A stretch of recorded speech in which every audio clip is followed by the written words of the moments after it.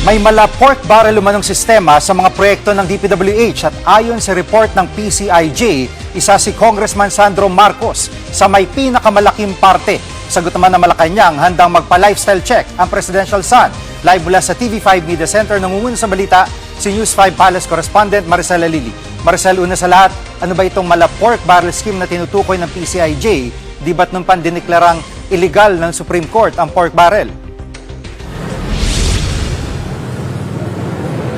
Yun nga, Jiggy, gaya nga ng sinabi mo, base doon sa PCIJ report, tinagurian nila na pork barrel king itong si Representative Sandro Marcos. Ang sinasabi kasi nila, pinakamalaking bulto doon sa allocable funds ng DPWH yung napunta sa kanya. Halos 16 billion pesos daw yung nauwi sa kanyang distrito. Hiningan natin ng reaksyon ng Malacanang tungkol dito, pero malinaw ang sinabi ni Palace Press Officer Undersecretary Claire Castro na hindi siya pwedeng magsalita on behalf of the presidential son. Pero ang malinaw dito, wala naman daw exempted pagdating doon sa usapin ng lifestyle check. So, ang sabi ni Jose Castro, kung kinakailangan na isailalim sa lifestyle check si Representative Sandro at ang kanyang pamilya, pwede raw itong mangyari dahil hindi nga nagbibigay ng exemption si Pangulong Bongbong Marcos. Nauna na rin naman daw na binanggit ni Representative Sandro na handa rin naman siyang humarap sa Independent Commission for Infrastructure. At nasabi nga niya yan, pero sa ngayon ay inaantabayanan na lamang daw natin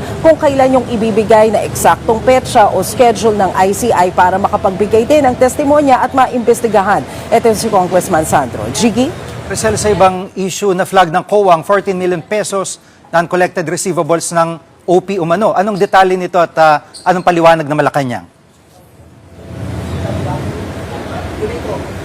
Tama ka, Jiggy. Nasa 14 million itong pinag-uusapan natin na flag ng COA. Pero ang paliwanag dyan ni Undersecretary Claire Castro, as of December 2024 kasi ito, so 55% na raw nitong kabuang halaga na ito, inaisauli na sa Office of the President. Ang nangyari raw kasi, pinagpalawalan muna ng Office of the President yung ilang mga foreign trips ng ilang mga departamento o kagawaran ng gobyerno. Yan ay para hindi na nga maantala yung mga biyahe, especially kung nakikita nila na very significant at urgent din naman itong mga biyahe na ito.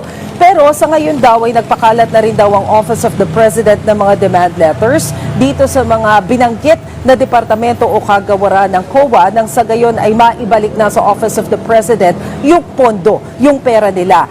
Meron na rin daw ibinigay na deadline ang Office of the President para sa mga kagawaran na ito na isauli ang pera. Hindi lang naibigay ni Jose Castro yung eksaktong petsa ng deadline dahil hindi niya hawak yung sulat kanina. Pero ito yung inaantabayanan natin at patuloy pa rin naman daw itong minomonitor ng OP. Jiggy?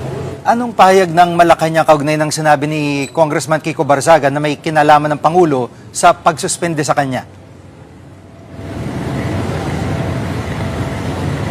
Nako, umalma ang Malacanang, Jiggy, dahil para sa kanila, iginagalang naman daw nila ang naging desisyon ng House of Representatives tungkol nga dito sa suspension kay Representative Barzaga. Pero ang hindi nila matanggap ay yung sinasabi niya na posibleng may kinalaman si Pangulong Bongbong Marcos dito sa suspension ng nasabing congressman. Ang tanong nga dyan ni Undersecretary Claire Castro, bakit nun bang ipinost ng kongresista yung mga questionabling post niya sa social media? Nandun daw ba si Pangulong Bongbong Marcos? Desisyon naman ito ng kongresista, so bakit idinadawit ang pangalan ng Pangulo?